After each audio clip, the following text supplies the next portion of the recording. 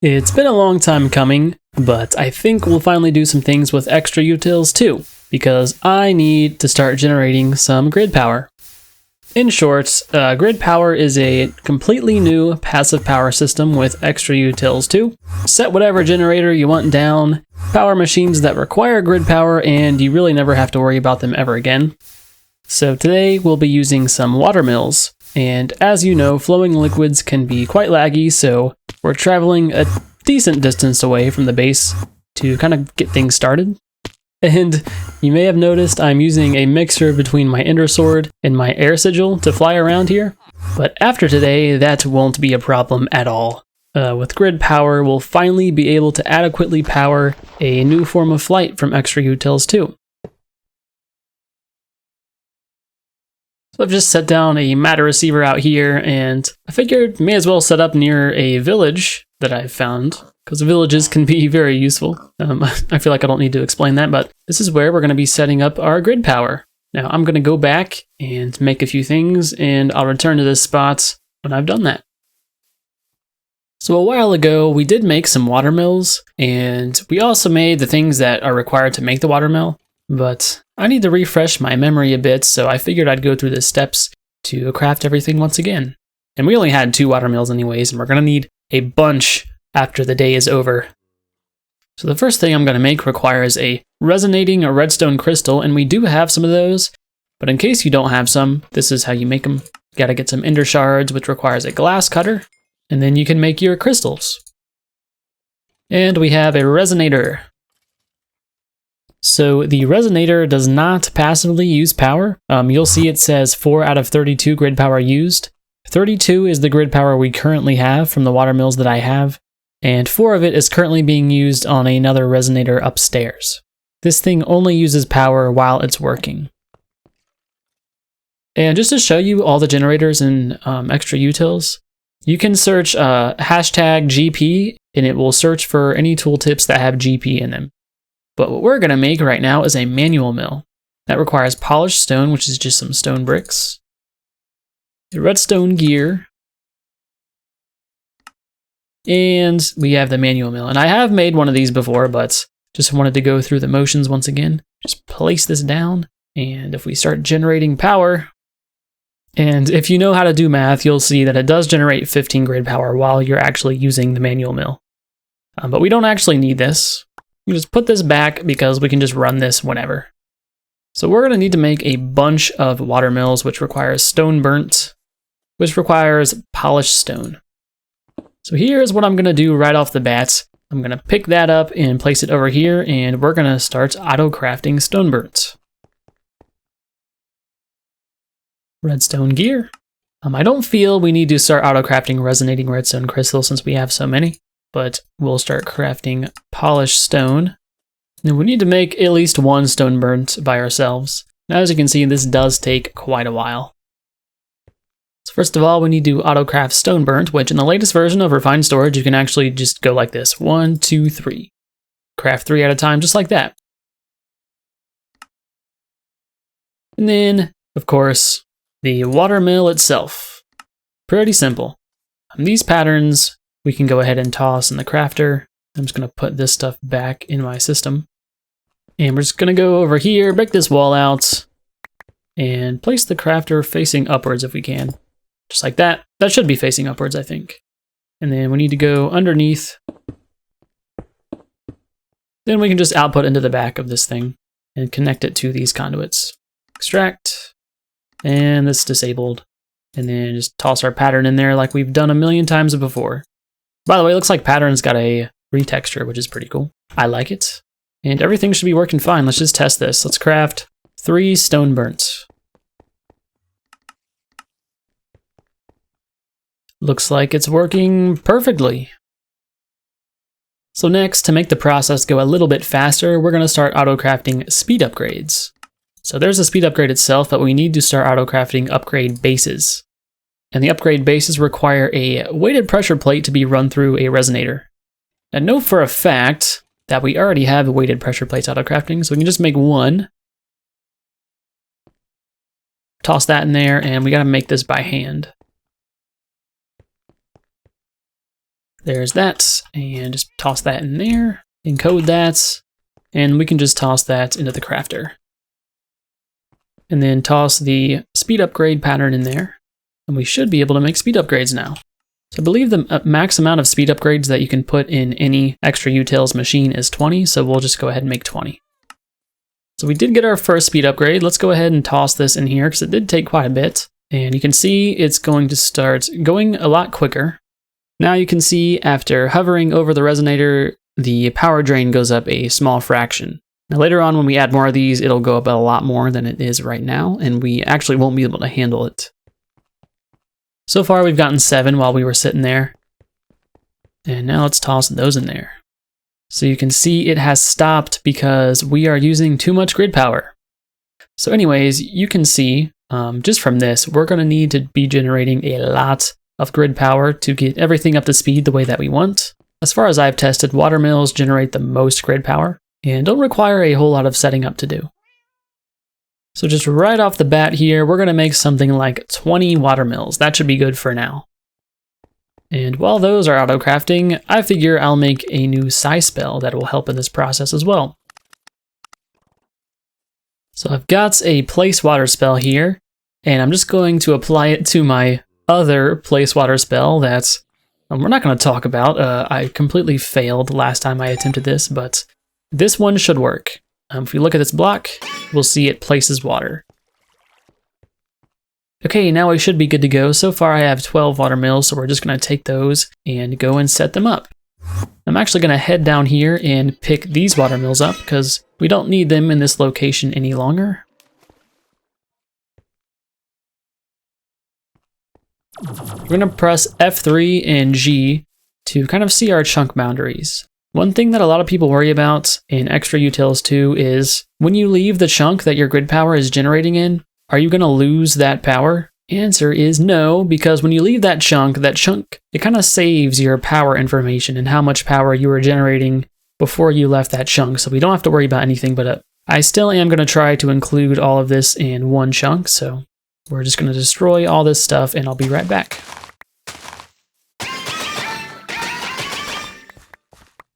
So we're going to go over here and clear out kind of a 5x5 area and just place our Watermills in a diamond shape like this. And what'll happen is when we place a block of water in the middle, it gives flowing water to every single one of these Watermills. And if we put one over here and say one over there, and just like this, this one in the middle is generating 16 grid power. And so is that one, so is that one, so is that one. And if we expand this even more, this one, which is generating 12, will get bumped up to 16 as well. And I'll demonstrate that right now.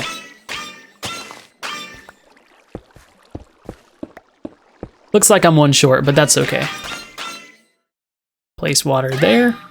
And now this one's generating 16. So basically, I'm just going to be repeating this pattern until we reach the end of this chunk.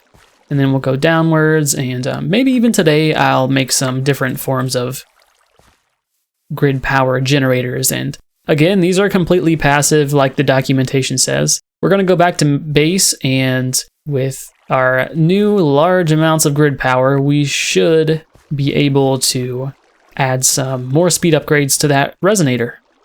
And it looks like we're still crafting Watermills, so we can test this right away. We have 18 speed upgrades.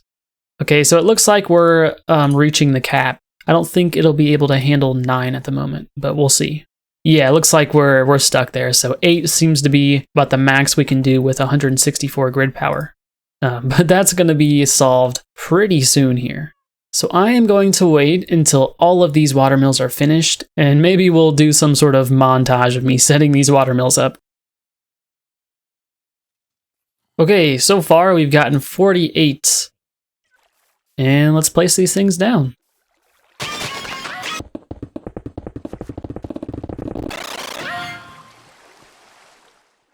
Okay, so far it looks like we had enough Watermills to fill at least a portion of the area. Later on I'll fill these in completely. Maybe we'll even fill these in with some different types of things like lava generators and such. I think we'll do that, but so far I'm generating 824 grid power. And most of these are up to 16 grid power. And there's no chunk loaders in that area. Everything's still loaded. And we go over here to our Resonator. We see that that grid power is still available. So why don't we start auto crafting some lava generators? Let's make like, I don't know, 16 of them. Let's get our speed upgrades and go over here and see how much we can fill this up with some speed upgrades. Let's just put the whole thing in there. Let's see how much it uses. Oh wow, that is pretty much instantaneous. There are a ton of things from ExtraUtils that require grid power, machines and such. The first thing that we're going to get into making is an angel ring. Specifically the fairy version because I just think they look nice and pretty. We're going to need to make a cursed lasso with a ghast, as well as a golden lasso that contains a bat and, of course, this type of stuff. So let's go ahead and craft a golden lasso. And you'll see that we have all the required things to make this, but it's not letting us take it out because we need 8 XP and we cannot XP craft inside of our refined storage system. I believe the crafting station should work fine, so just place it here for now.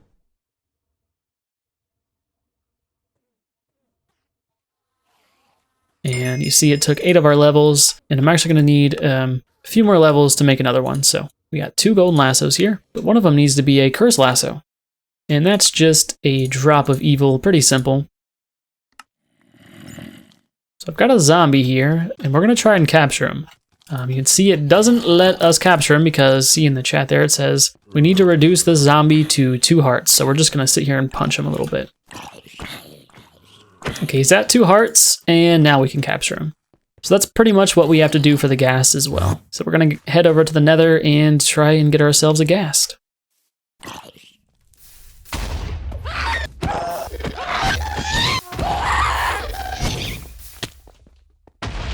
Let's see if we can capture him. Oh, we got him! We got him! That was nerve-wracking. Now, all we should need to do is just head down into the mines, which I haven't been to in forever. And we should find a bat somewhere down here. We got ourselves a bat, and by the way, passive mobs do not need to be reduced to a portion of their health in order for you to capture them.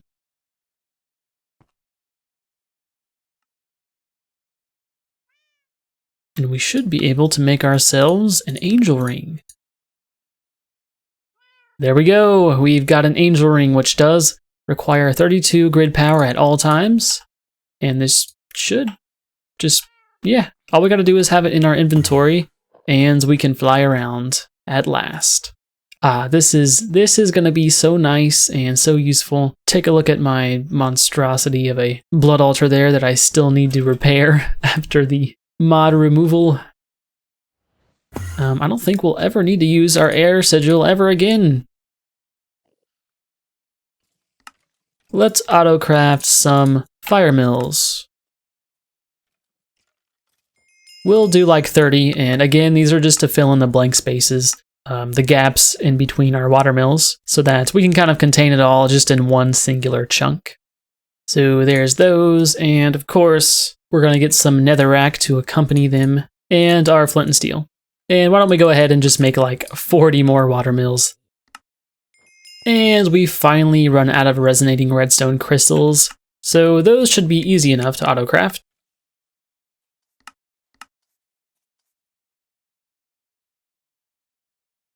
And we're rolling once again.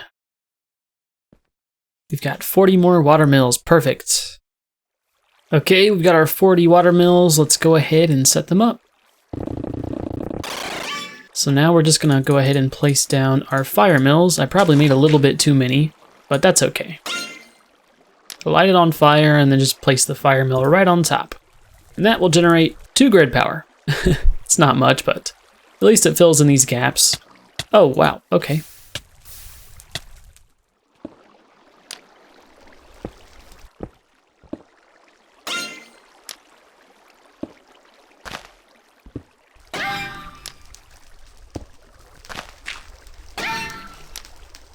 And there you have it. We've got a completely filled chunk. At least one layer of this chunk is completely filled with grid power generating things, and we're generating 1,380 grid power, completely passively.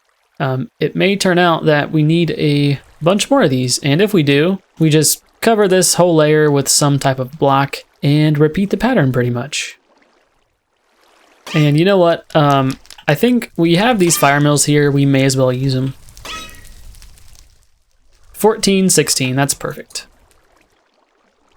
Now, as you know, we're using these persistent bits chunk loaders, and they load a default of 7 by 7 chunks, and that's a little bit large. For places like our B area, we're going to need something a little bit smaller than that. And ExtraUtils actually has a chunk loader that loads a 3 by 3 area.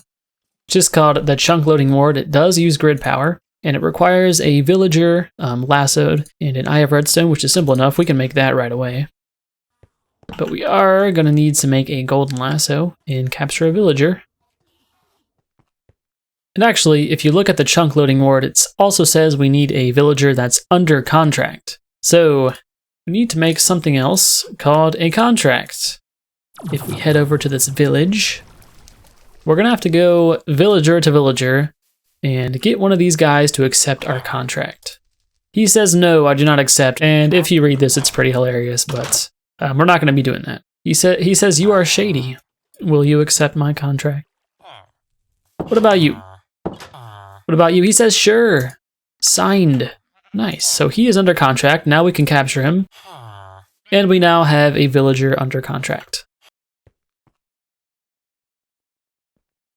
Let's head over to B's, where we have a 7 by 7 chunk loader, which is way overkill for this area. Place it down, it does drain 8 grid power. But of course, for areas that do need a large amount of chunks loaded, like my base here, I'm still going to be using persistent bits chunk loaders, of course. And for the last thing I'm going to kind of showcase, we'll get one more magical wood. And make a bag of holding. So these are basically just like our Baggins's bags. Now this is a tier 3 bag from Baggins's, and it holds a lot of stuff, but if we look in here, it holds quite a bit more. So obviously we're going to be kind of converting over to the bags of holding. We'll name this tools. Now the next thing I have planned here is something called Cobbleworks. And the whole idea behind Cobbleworks is that you can make a lot of things from cobble. For example, cobble can be smelted into stone. It can be crushed into gravel. That gravel can be crushed into sand. That sand can be smelted into glass. It can be sag milled into silicon. You get the point. You can make tons of stuff just from cobblestone and machines alone. No other materials included, just everything derived from cobblestone. And I have a plan today, but it's gonna be a complete monstrosity. So we're gonna need to create another room for this. But first, we're gonna start crafting everything necessary, most likely auto crafting, because I am tired of crafting operations. So first we'll need some things to transfer all of our Cobbleworks items around. Transfer pipes. Transfer nodes, which actually pull out of inventories. And then we'll get these transfer filters, which allow us to filter items passing through transfer pipes. Then we actually need the item filters themselves, which you actually put inside the transfer nodes. And retrieval nodes actually kind of request items from pipes that are connected to inventories. They will not request items from transfer nodes. Now, I don't need to autocraft mining upgrades, but we'll just do it anyways. And then stack upgrades. Stack upgrades increase the amount of items per extraction from transfer nodes or retrieval nodes. We're going to be using some modular storage units. And then with those, we'll use some storage filter modules, as well as some tier 1 storage modules. And these are all going to be using the remote storage modules. So that means we're actually going to need some remote storage. We'll get some ExtraUtils furnaces auto crafting, and then we need the machine blocks to make those. And we'll also be using the crusher. These can be upgraded with speed upgrades, which speed them up a lot. Then I'm going to grab an alloy smelter and make a sag mill. make an ExtraUtils crusher. And then ExtraUtils has its own auto crafting mechanic with the mechanical crafter. Then I'm going to make myself a bit of ender chests with some ender locks to go along with them. And we should be all set. I'm going to go clear out that room and we'll start setting all this stuff up.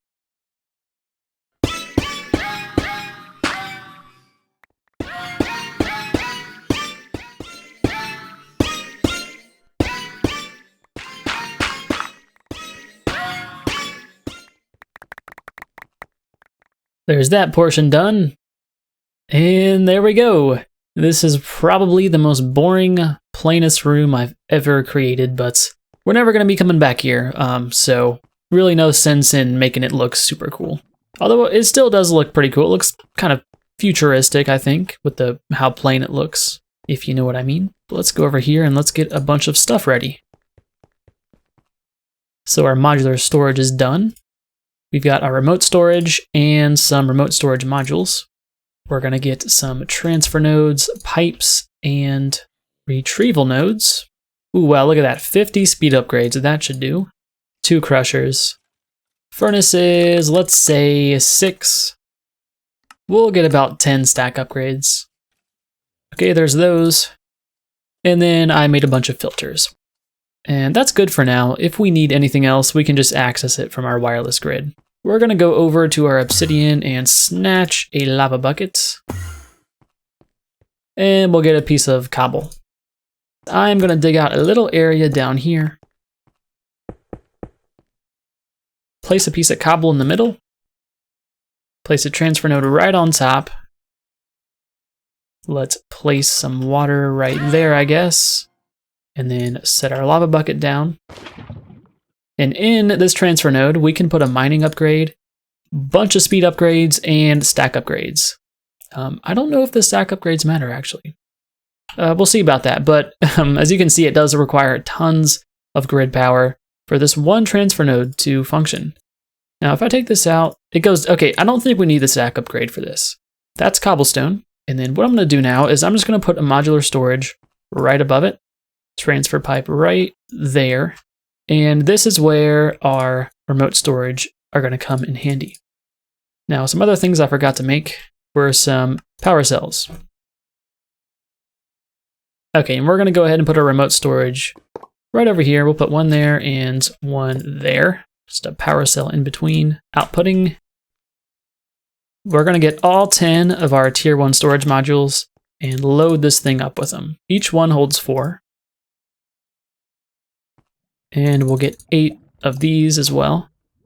And then link each one to a different ID. Because each of these remote storage modules are going to be holding a different item. And there we go. We have each one linked to a different ID. Now, for now, I'm going to put all of them away, except for the one that has remote ID 2. And the one where the cobble's going to go into is remote ID 2. So now we're storing cobblestone in this specific modular storage unit. Pretty quickly, I must say. It's pretty fast. It should be able to keep up with everything that we're going to be making. If you remember from when I showed you, we know that the first thing that we can make with cobble is gravel and sand in an ExtraUtils2 crusher. And with a 10% chance of getting sand. So I think that's the first thing we'll do. We'll set up a crusher. So right beneath the crusher, we'll just put a power cell. Put one of our link cards in and output. And the crusher does require power, and it also uses grid power. You actually have to put speed upgrades in it for it to require grid power. For now, we'll just put 5. And the first thing, this needs to accept cobblestone. We're just going to go ahead and use a transfer node coming off this and branching right into this crusher. So now we're creating gravel and sand. But now we need to output the gravel and sand. Now I found that the sand actually doesn't output from the back or anything. You actually have to output it from the top. But what we're going to do here is we're going to go into our wireless grid and get our remote storage cards. I'll get ID 4 as well as 3. And this is where our storage filters are going to come in handy, as well as our item filters.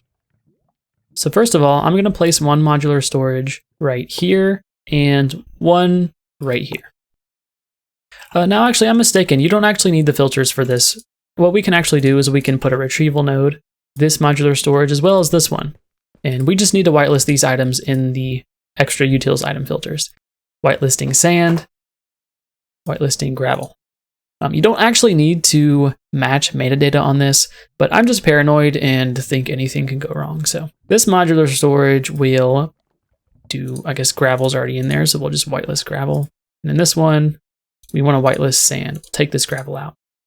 So now if we put our remote storage in this one, it's now retrieving sand. And in this one, it's now retrieving gravel. So now we have a place for all of our gravel and sand to go. So now we are free to use any remote storage modules linked to that ID anywhere we want. We'll see how much we can upgrade all of our machines with speed later, but for now we're just going to get the basic foundation for everything going. So the next thing I'd like to do is, obviously, you know that cobblestone gets smelted into stone. So that should be easy enough. We have a furnace here. So if we go over under here, we know there's power here, so we can just do that. With a furnace there, it's now receiving power, of course. And if we put this right there, it should just be receiving cobblestone, no matter what. Cool, because it has no other place to go. These are retrieval nodes, and they will only receive gravel and sand. This receives cobble, and so does this. But again, we need to output. There we go. And remote storage, I guess we'll use ID 5. And we'll do a retrieval node just like that, with stone on this whitelist, matching metadata. And we can put this in there. And that's now getting stone. Awesome. So next, we're going to be doing our gravel works, which we can get sand as well as flint from a crusher, or we could just use a sack mill to get flint. Power cell. Crusher like that. Modular storage there, and we want to take notes of which modular storage is sand and which is gravel. So gravel is 4 and sand is 3. So in here, let's find 4, link this, 3, we'll link that one. So 4 can go in there, cool, and we can just put transfer node there, outputting gravel into this crusher. And there we go. 5 speed upgrade should be good for now. And I'll put a modular storage there with a retrieval node.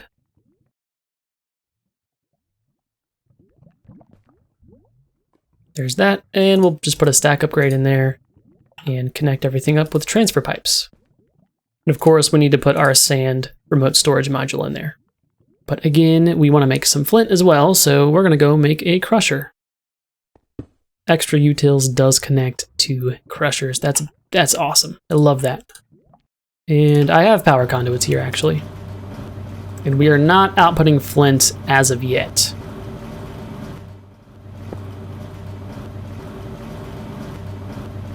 And in an item filter, we'll be whitelisting flint. Transfer pipe. It looks like that's everything I wanted to do with Gravel Works. Now, I guess let's do some sand works.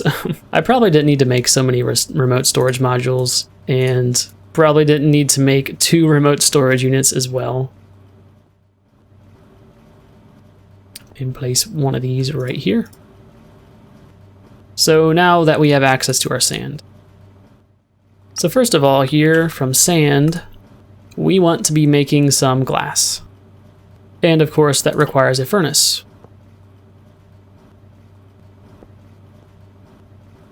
Easy enough. We'll put 5 upgrades in there just because.